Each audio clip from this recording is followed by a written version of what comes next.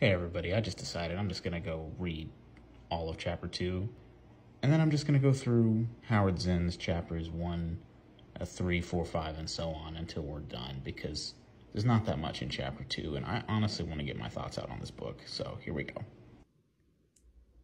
The inhabitants of the Guinea coast were described by one traveler around 1680 as very civil and good-natured people, easy to be dealt with, condescending to what Europeans require of them in a civil way, and very ready to return double the presents we make them.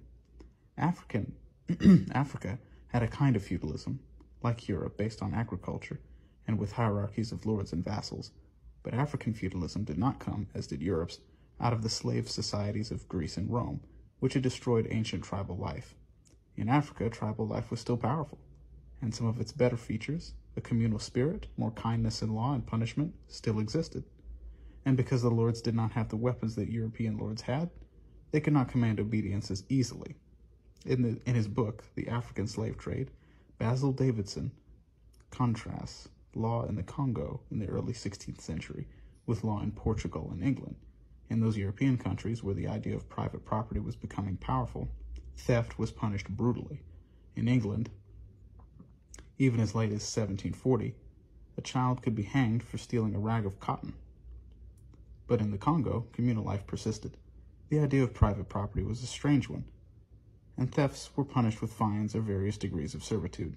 A Congolese leader told of the Portuguese legal codes, asked a Portuguese once,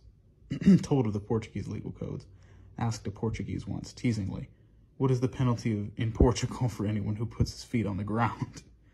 Slavery existed in the African states, and it was sometimes used by Europeans to justify their own slave trade. But as Davison points out, the slaves of Africa were more like the serfs of Europe. In other words, like most of the population of Europe.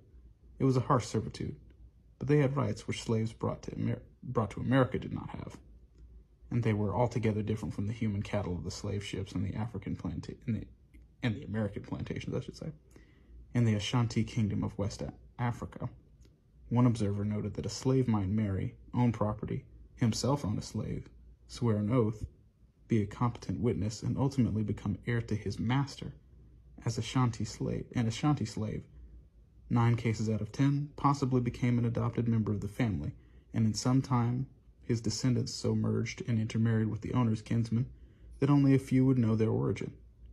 One slave trader, John Newton, who later became an anti-slavery leader, wrote about the people of what is now Sierra Leone, and we will hear about that tomorrow.